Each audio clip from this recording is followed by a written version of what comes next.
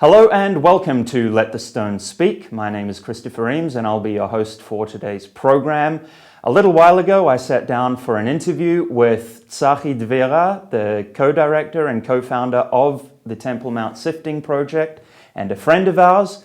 Now, the Temple Mount Sifting Project, I think, is one of the most intriguing and important archaeological endeavors here in Israel. And so this interview will get into a really fascinating story about how it got started, but also the current status of the project.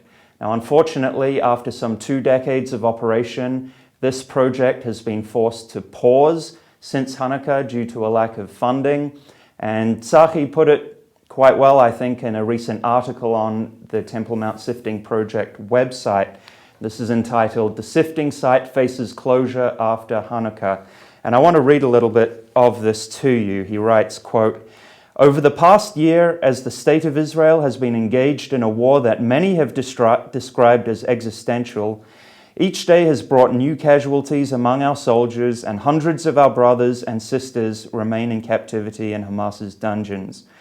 In such a reality, it is incredibly difficult to speak about or capture the public's interest in matters related to pottery sherds, ancient artifacts, and distant history. Archaeology often feels like a luxury reserved for times of peace. However, in Israel, archaeology is no less existential than security matters. Yigal Allon famously said, 'A nation that does not know its past has a meager present and an uncertain future.'" Zachi goes on, "It is commonly understood that a nation cannot move toward a shared vision without knowing its roots in the past. But it is not enough to understand history intellectually. We must connect to it tangibly, and there is no better means for this connection than archaeology. Now, more than a year since the war began, and in light of the IDF's remarkable achievements, it seems that the existential threat to the state of Israel is behind us.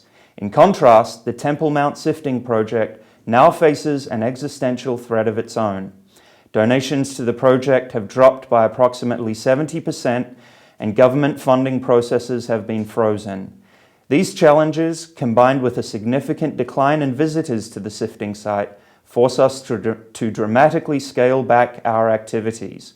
Consequently, starting next month, after Hanukkah, we are regrettably compelled to limit the operations at the sifting site until appropriate funding is secured." And he goes on to explain this in his article. So we sat down again recently with Zachi for a wide-ranging interview, which will be divided up into 2 or 3 parts. This first part looks at the story of how the Temple Mount Sifting Project began and where it is now, some of the incredible drama that led up to the founding of this project. And in a future part, we'll get into some of the details, some of the incredible discoveries that have been made through this project. So if you're interested in contributing to the Temple Mount Sifting Project, you can do that by visiting the website tmsifting.org. And if you enjoy this content, be sure to leave a like and subscribe. And now for the interview. We hope you enjoy. All right, Zachi, thank you very much for agreeing to do this interview. It's something that we've wanted to do for a long time now, and it's finally happening. So we appreciate being able to do this. I'm sorry we had postponed it each time. Usually this is kind of a project that all these things are happening, and I'm doing a job of 5 people because we cannot afford more let's say, managers over here. And also today I thought of postponing it, but it was too much already. Because next week we're going to have a crazy week, and we are preparing. Oh, I'm sure. We're just happy to be able to do this now, and you've had to postpone, we've had to postpone, so we're grateful we can do this now. And so the focus of this interview will be about the Temple Mount Sifting Project, of course. But before we get into that, maybe you could just tell us about yourself, how you got into archaeology to begin with, some of your background. Okay, actually my background is computers programming. Since age 9, I'm today 52, and since 1981, yeah, I've been programming. And when I was 25, I thought maybe I should do some. I didn't have to go to any university and do get any diploma because I had lots of experience already. I could work wherever I want. And but I wanted to have an academic degree, so I thought maybe to doing something more interests me. And I chose archaeology, and that was like a hobby. But gradually it became a profession. Okay, and now you are currently one of the co-directors of the Temple Mount Sifting Project. Yeah. So it's tempting to ask, what is the Temple Mount Sifting No, Project it's for our... beginning. I founded it together with Gabriel Barkay. Right. And he was one of my teachers, one of my professors at the university. And he's a highly regarded Yeah, biblical archaeologist here in Israel. Yeah, I'll tell a story how we got engaged together, but unfortunately today he's very sick and he's not very active.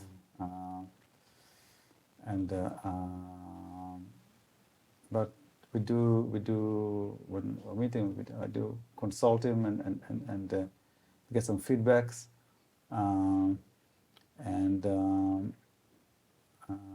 he even managed to, with the help of others, recently, just last week, I think it was last week, that a new book of his was published about Song of Songs, an archaeological interpretation about Songs of Songs. And this was executing this book was with the help of some good people who actually wrote it together with him. He dictated, he guided them all with all his thoughts, what to do, and he had this dream to publish it for many years, and now it's out. And we hope that he will recover at least partly. It's possible in this situation. Yeah, for sure. I look forward to seeing that publication soon. So you founded this together with Professor Barkay. So my question would be, what is the Temple Mount Sifting Project for the listeners? But I don't think that can really be answered without explaining the story that led up to the creation. Yeah, of course. So there's a story with everything. What is the story of the Temple Mount Sifting Project? I was a student in 1998. First, let's start before 1996.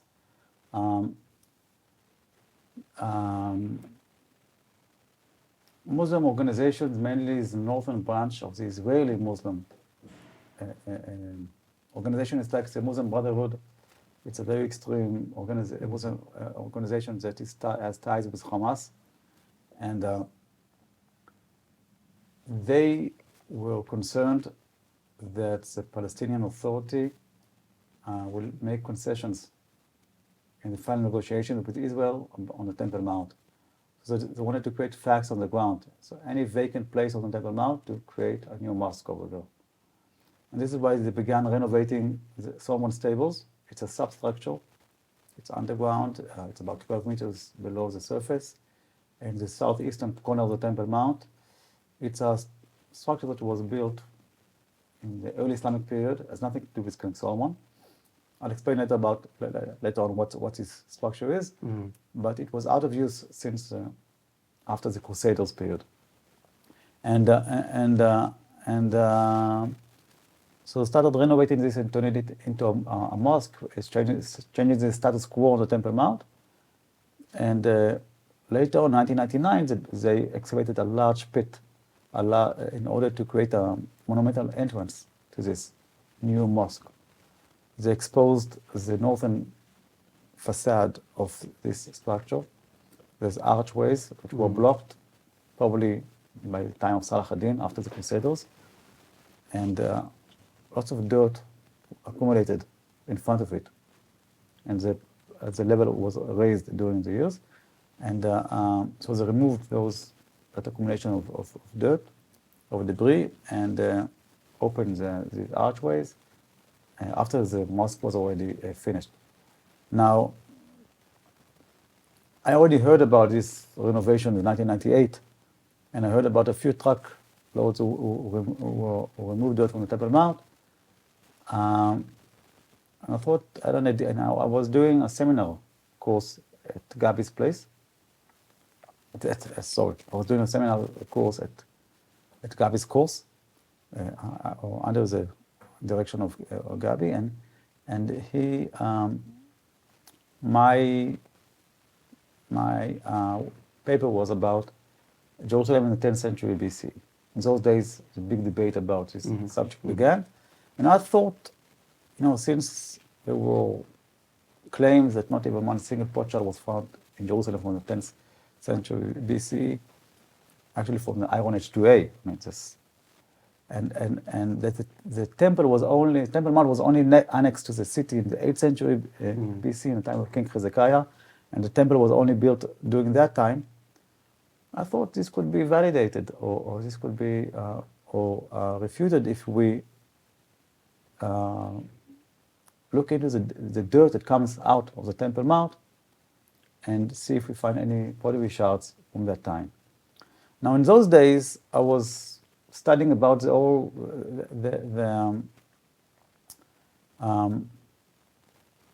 realm, archaeological research realm of archaeological survey. And in archaeological survey, if you want to study a large region or before you excavate a site, and you don't have any information, archaeological information of about the material culture that is underground, so you survey the topsoil. And when you survey the topsoil, you collect pottery shards that are out of context from the topsoil of the site, and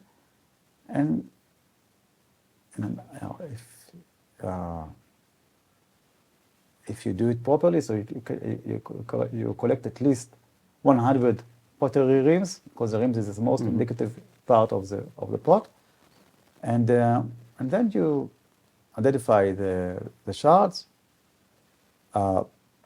date them, and know the types of classes that you have over there, and you have a statistical preliminary statistical data about the site.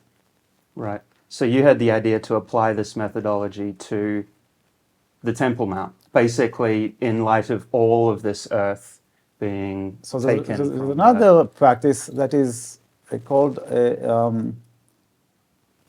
but you survey and excavate together. You excavate like a sample of 20 centimeters deep with some circles, and this way you even get more a better sample of the material. And I thought, here we have tons of dirt, so we could even learn more. This was an idea I had, and I even had plans to go and even bribe some of the Waqf officials over there. The Waqf is a Muslim trust who manages the Temple Mount, the Al-Aqsa Mosque, and to try and find where did they dump that dirt. But then in November 1999, when they excavated the large pit and they removed about 400 truckloads of dirt. Yeah, the pictures are insane. If anyone has seen the pictures of the bulldozers and dump trucks. So for archaeologists, something like that could take about 8 years to excavate this kind of pit, because in archaeology you have to know the exact context. And in a place like the Temple Mount, Gabi usually will say you should excavate with a toothbrush. But this was done continuously in a day and a half. They were not stopped. Now there's many reasons why no one stopped them. The police didn't stop them because there was a police director, a police chief that for some reason didn't report about it. This police chief now is in jail for other reasons.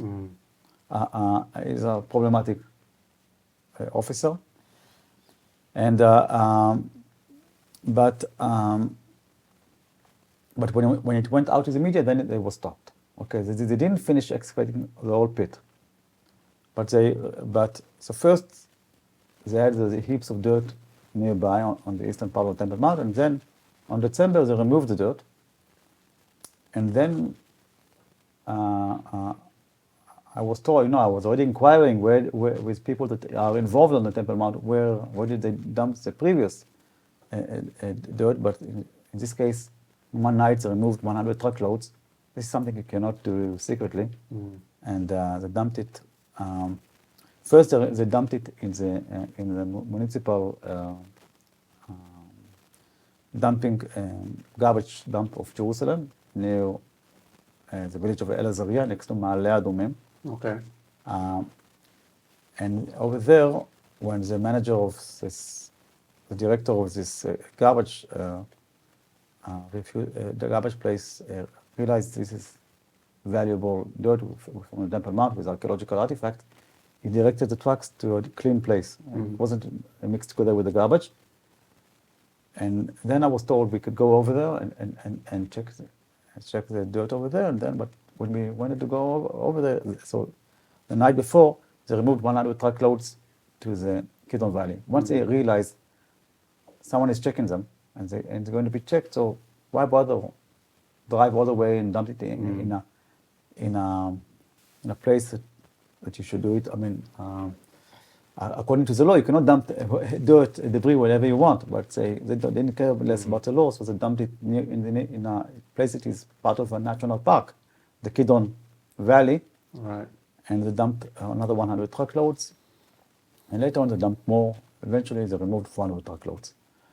So the next day, we came over there, and we realized the atrocity, and we saw all the finds within this dirt, and then later on, we even organized a group. I spoke to the Antiquity Authority about it, and they were very apathic in those days about this issue. They said that there's nothing we can do, and this dirt it's meaningless, it's already out of context. We checked saw some pottery shards from a Byzantine period, but we don't think we could do anything with it. I told them, okay, at least put some fences around the dirt to do with it something, because before someone dumps debris, other debris on it, and it will be mixed. They didn't do anything, and so we came. I wanted to do a quick survey because before it being for the interference with other dirt, and some 15 guys, we managed to collect lots of finds, but for our surprise, the Antiquity Authority sent inspectors to stop us. And they even blocked the ways. We couldn't leave before they searched my car. They didn't want even one single potsherd to go out of there.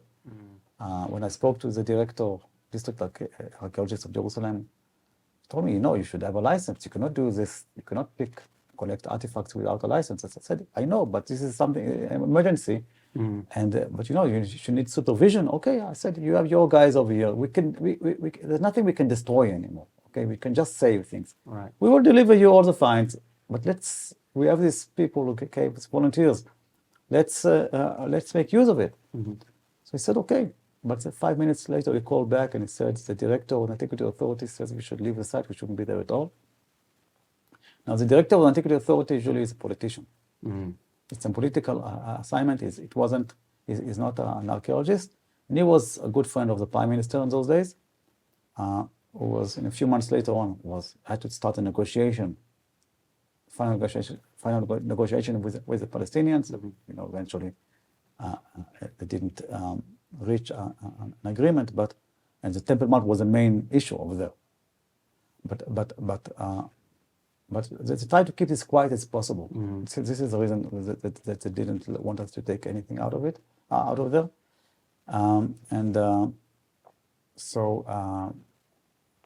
So he said, the Antiquity Authority director wants us to leave the site. And they asked them whether they would call the police, and didn't even let me go out they searched my car. And it felt like, those days, the X-Files series, and it felt like X-Files, crazy. This is scientific information. Yeah. What is that?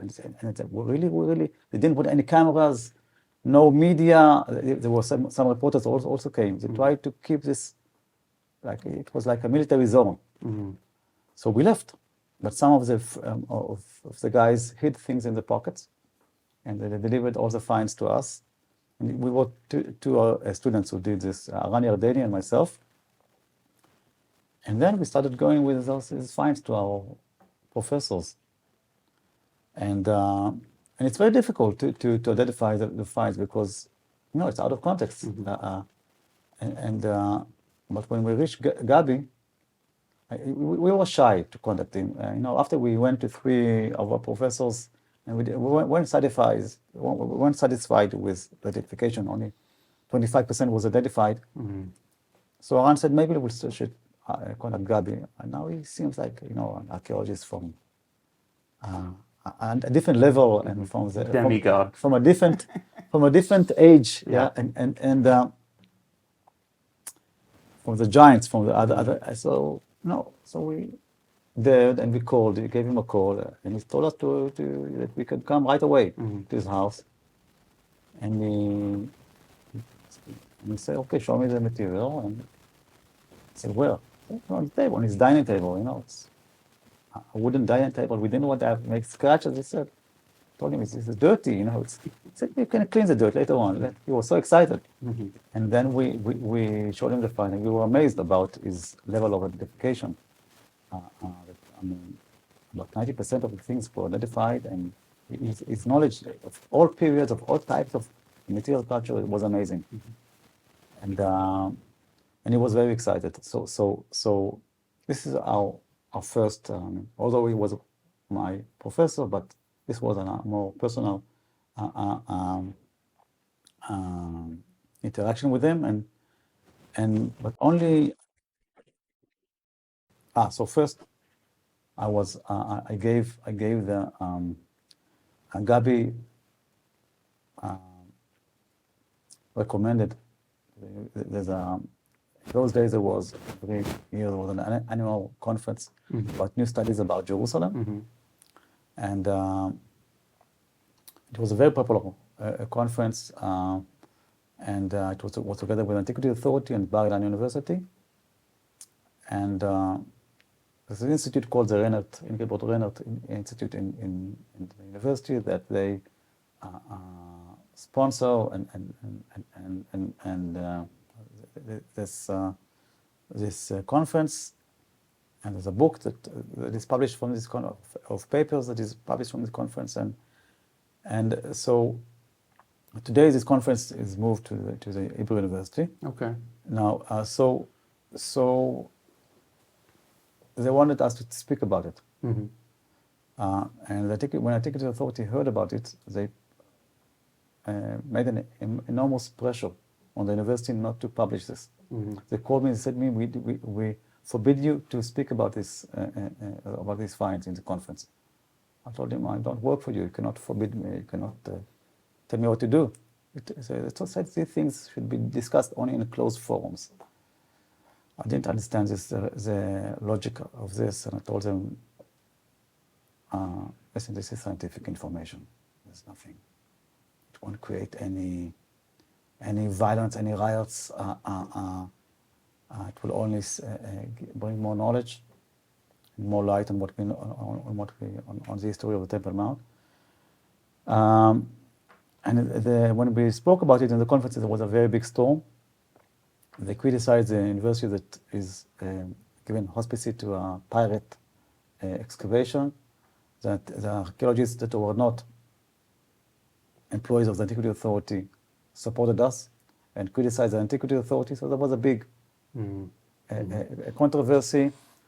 And a week later, they came to my house with a search warrant and arrested me. Arrested you? I was arrested, yeah. Wow. By the theft unit Department of the Antiquity Authority. They tried to first frame me with that I collected artifacts with no permit, but they also tried to frame me that I tried to rob another cave near Bet Shemesh. And I was persecuted, and I had a trial. Unfortunately, I had a very good judge, and she, quite at the beginning, understood it's a political trial. And in the middle of my testimony, she recommended them to pull back the charges. So this is how it ended. A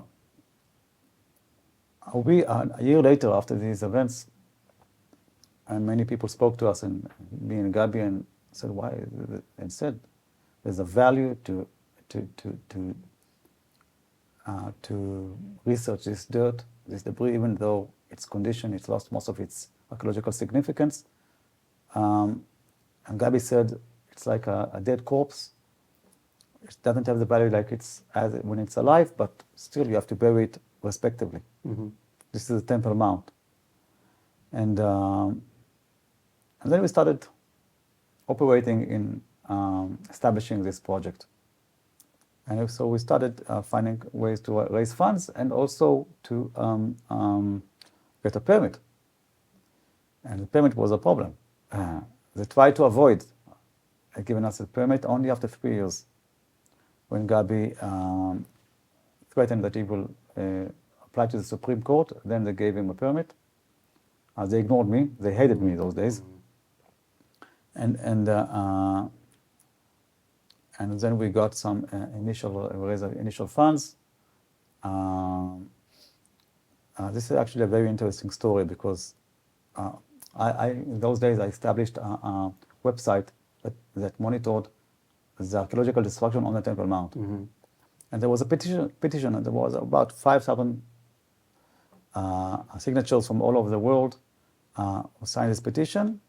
So, this is what I had, this mailing list of these 5,000 people.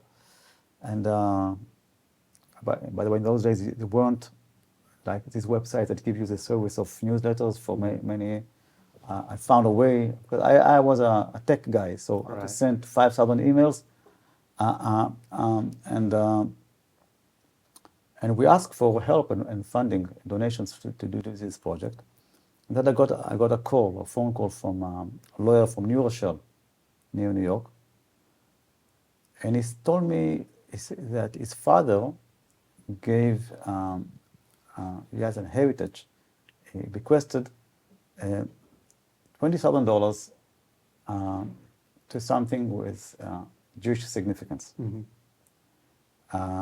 It's not a religious family, but he wanted something that with Jewish significance and Jewish value. And he said, "This seems to be something that is proper. But I don't know you guys. Who are you?" And I told him, Gabriel Barkay is a very famous archaeologist. You can check him out. So he said, "Okay, I'll check it out."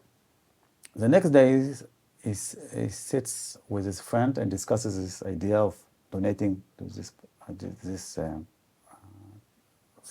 to donate for this project. And this friend tells him, "What's the name?" He said it was Gabriel Barkay. He said, "Wait a second," and he takes out the New York Times, and then he see a picture of Gabi on the front page. There's a reference to the scientific edition. And I mean, this is the only time ever that Gabi was on the front page of the, I think. Right, this can't be maybe the only time that he was on the New York Times. Maybe the second time, yeah. But in those days, there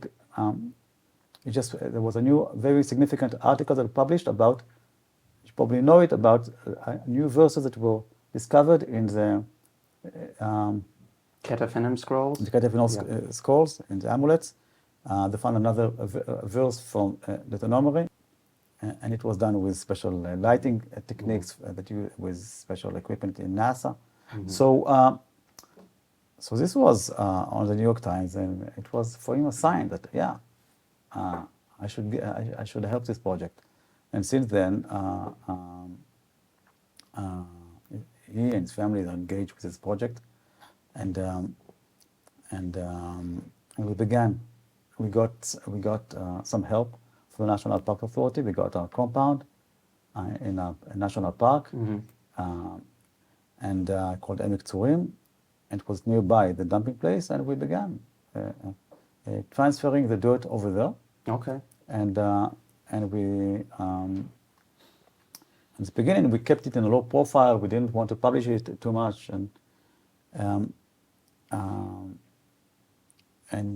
but we didn't know what do we do with. We had so many mounds of dirt already. Mm-hmm. And in the beginning, we moved only about 70 truckloads. Mm-hmm.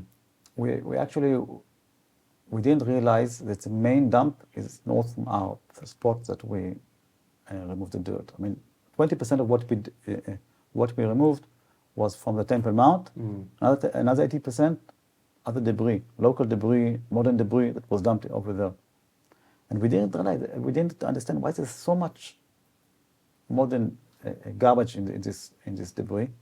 And I remembered from 4 years before, actually 5 years before, that this was on November 2004. I recall that there were lots of pottery shards and lots of glazed tiles from Dome the Rock, and also lots of tesserae cubes, glass tesserae cubes, mosaic cubes that cover the exterior wall of the Dome of the Rock, and they were removed later on and replaced by the glazed tiles. But over here, but in this debris, there is, but in a much lower frequency. And we were, starting sifting this for 2 weeks. We haven't found even one coin. So this was a surprise. And we tried doing even some wet sifting, but it was too much costly, too much water. So Yoshua Dre his nickname is Yeshu. Yeshu is Jesus. Yeah. And he's a funny guy. But he's an engineer he specializes in engineering solutions for archaeologists. And he has many interesting projects in Israel. And he came to consult and he told me the only way you'll find anything here is with wet sifting. Now in those days, wet sifting was only practiced in prehistory, not in regular, not in this amount of dirt. And the thing is, I knew that we need wet sifting because I recall that 5 years ago, when we came to the debris, it was very difficult to find artifacts, but when we came 2 days later, after it was raining, then we saw all the pottery. Now the reason is that this dirt is full of ashes. This is why it has this gray texture. Now this is true to all the area of the old city. All the layers that precede the first temple destruction and the second temple destruction have this gray texture because it has lots of ash mixed together with it. And this ashy dust makes it very difficult to differentiate between the natural stones and the pottery and other finds. So we went back to wet sifting. We used lots of water, and then I found out that after you wash it away and you return after 10 minutes, the remains of the mud, it goes off very easily because it's already softened. So we had this idea that first let's do dry sifting, without scrutinizing the screen, and keep the material in buckets, soak it in water, and then wash it with a spray of water, and then suddenly it washed off very easily. And this really was a leap in our practice of how to work, and this is how the wet sifting was born. So a big increase in efficiency. And the first day that we did it, we found coins. Okay, so and our first coin was a coin from the type of from the Freedom of Zion. It from the great revolt against the Romans, from the first year, from the year 67. And it was very symbolic because we're trying to redeem the heritage of Mount Zion. Mount Zion is a biblical name of the Temple Mount. Okay, Har HaBayit, which literally translates to the mountain of the house of the Lord. So this name is a late name in rabbinic literature.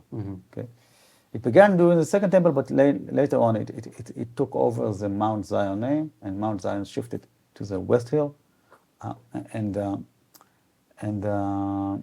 so to have the Freedom of Zion in the first coin was from all the coins of Jerusalem was very symbolic. And then gradually we had lots of groups offering their help, and we realized that there's also an educational potential to this project, and we built up this tent, this greenhouse, and we've been operating. The first year, groups came for many hours. Later on, it became a 2-hour activity and another attraction in Jerusalem, and until today, 260,000 people already participated in the sifting. This is something unprecedented in the history of archaeological research. Right. And that so many people are exposed and take part, because it's very simple. I mean, they cannot destroy anything, of course. We don't let them throw the tray before our professional staff check the tray to see that they didn't miss anything. It takes about 2 weeks or 3 weeks to train someone not to miss anything and to see all the types of artifacts. But after they do most of the work and most of the sifting, then it saves us a lot of work. And we realize we cannot do this project and cannot accomplish it without the help of the masses of people. And so there's a very nice verse in Psalms 102 that reflects this idea, and it says, "You will rise and redeem Zion because time has come, because for thy servants have pleasured the stones and favored the dust," or something. Right. The opposite. Right. Okay. Yep. So this is literally what we are doing. Okay. What the visitors are doing, and so Gabi always says that the best finds that we find, whatever the best find we found, is the people. The people that discovered their attachment and their link to this heritage. And half of the visitors and the participants are from Israel, half are from abroad, and we have all ages, from all ages and all facets of Israeli society that participate in the sifting. That's what I think makes the Temple Mount Sifting Project so special, is you see these pictures of these young ones holding a new discovery that has just been made, and it's good for you guys because you have that labor, that help with these people coming through on a regular basis, and then it's great for them, it's educational, it's very symbolic. Yeah, and you don't see this anywhere else, really. It also helps fund some of the, it funds about half of the expense of the sifting and the participation, but mainly it helps us maintain our motivation. Because, when you do a routine, you get eroded. Right. I don't know what it wears you down. It wears you down, yeah. And when you see their excitement, when you guide them, you recall again the significance. Maybe you could, as we wrap things up, maybe you could explain what the current situation is for the project, because I think there's been some more recent news and... Yeah. The problem is that we've been always struggling. Always struggling to first to establish this project, to continue it, and to fund it. But now, since the war began, it became very difficult because 70% of our donors now donate only to the war-related direct issues. So donations went down, and it also became very difficult also for me to continue working here without hiring. Fortunately, I come from a wealthy background, so I could even work without a salary. Okay, now, but it's not. We have to hire the managers, a CEO. We have to hire people that will operate this, and so I could focus on the research, and because now I'm the bottleneck of the research, and there's so many things to be published. We have lots of draft papers, and the main thing now is also the research, but also we still have more dirt to sift. We sifted about 90% of the dirt already, but who knows what's Who knows what in the last 10%? Right. Usually, the most significant finds in excavations are found in the last day. This is a phenomenon no one could explain, but there's still lots of dirt that is on the Temple Mount that wasn't removed yet, and it will will future. We are actually preventing it to be removed. There was a court petition.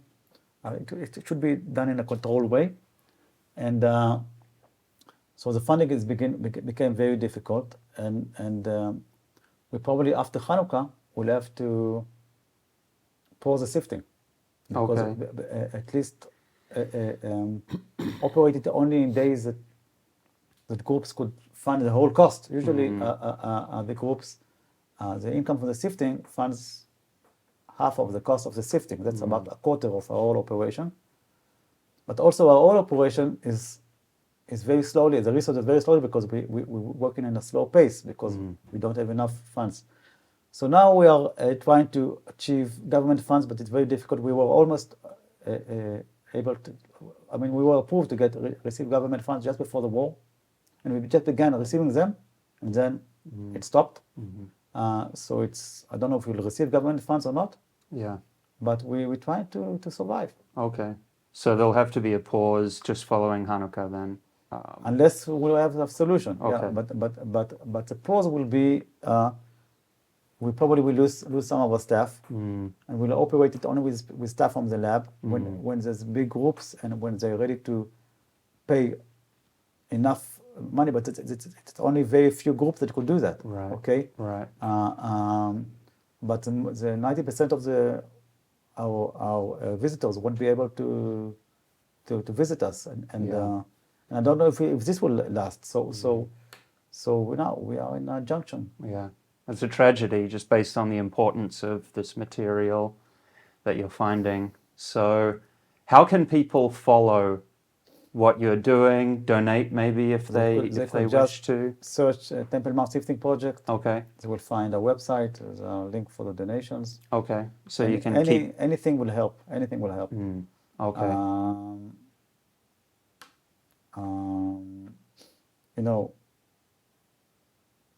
I don't know if we'll ever manage to really publish all what we found. It's so much.